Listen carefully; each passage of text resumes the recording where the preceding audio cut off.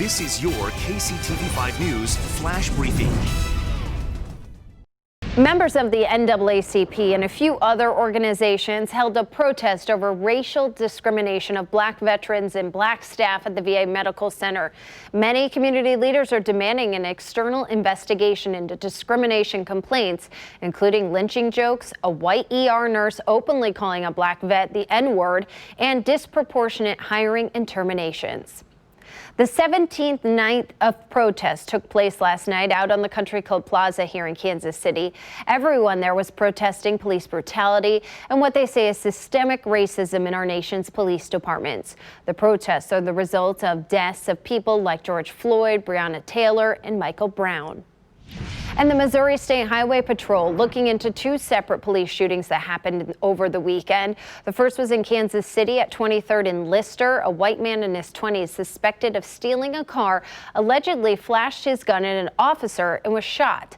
The second was in Sedalia. A 25-year-old woman allegedly claimed to have a gun and threatened to shoot a Pettis County Sheriff's deputy.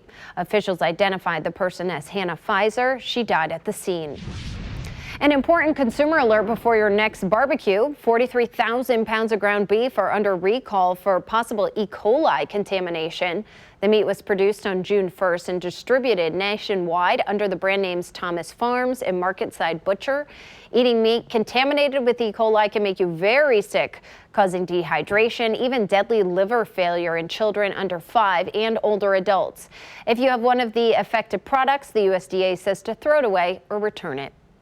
And it looked a little different than in years past, but Big Slick still making a big impact in Kansas City, even online.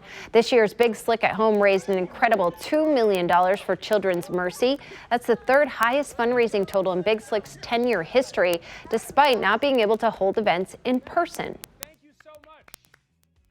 Good Monday morning to you, Kansas City. Hazy sunshine across our area, but a beautiful looking start to the day. Temperatures fairly comfortable right now, certainly warm, but we're going to heat up very quickly for today. Dry conditions there along I-29 near Tiffany Springs there on our KB Complete City camera. Here we go again, climbing very quickly through the 80s this morning into the lower 90s by later this afternoon, and then that's where we're going to stay all the way into the early evening hours. For the majority of us, a whole lot of sunshine and nothing but that for your Monday. But I do have isolated thunderstorms in the forecast, a 20% chance of that from this afternoon through sunset tonight. The rest of the work week dry until the weekend. That's when our next better chance of rain will move in. Have a great day. Turn to KCTV5 News for the latest updates. This is your personalized flash briefing because KCTV5 News stands for you.